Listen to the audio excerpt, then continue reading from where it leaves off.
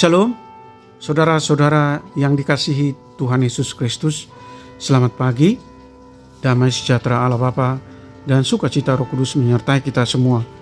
Kiranya kasih dan hikmat Tuhan Yesus Kristus memberkati dan menolong kita untuk melakukan tugas dan pekerjaan kita masing-masing. Nas renungan buat kita hari ini Rabu, tanggal 6 Desember 2023, menurut Almanak HKBP adalah diambil dari Kitab Perjanjian Baru, Injil Lukas pasal 11 ayat 28 dikatakan demikian. Tetapi ia berkata, yang berbahagia ialah mereka yang mendengarkan firman Allah dan yang memeliharanya. Demikian firman Tuhan.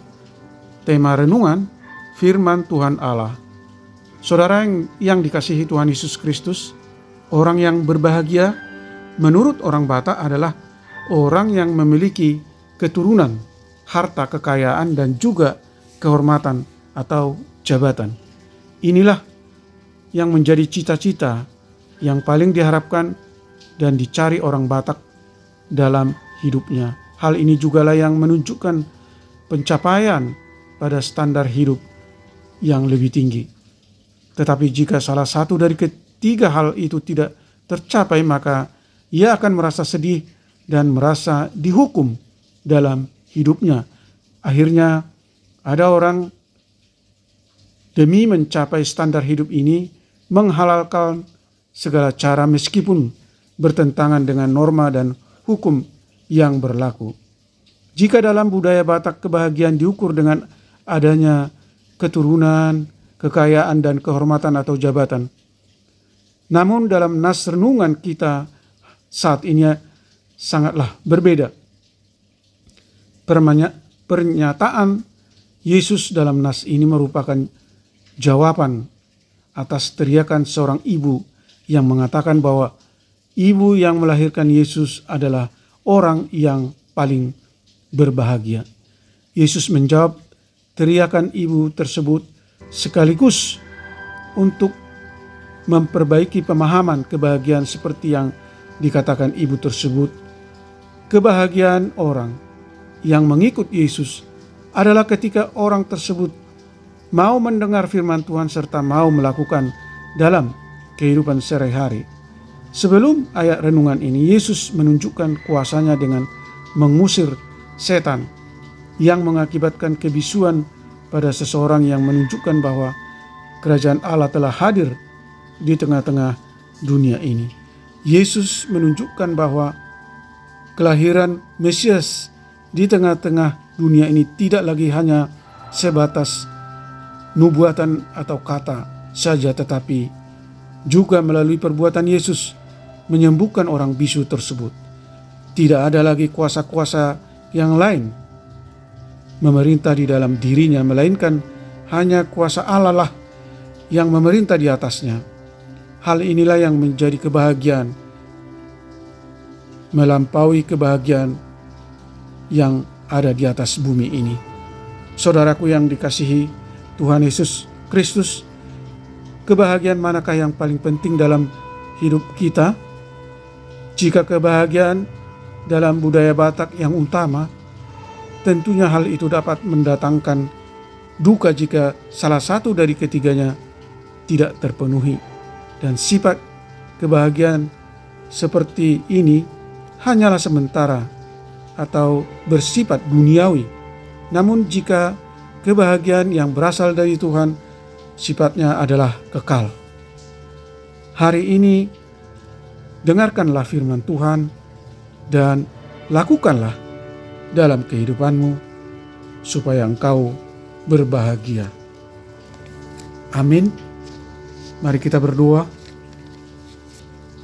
Tuhan Allah Bapa di surga, Allah yang kami sembah di dalam Yesus Kristus, terima kasih atas pengajaran firman-Mu yang sangat penting bagi kami di dunia ini, supaya kami selalu mendengar, merenungkan, dan melakukan firman-Mu.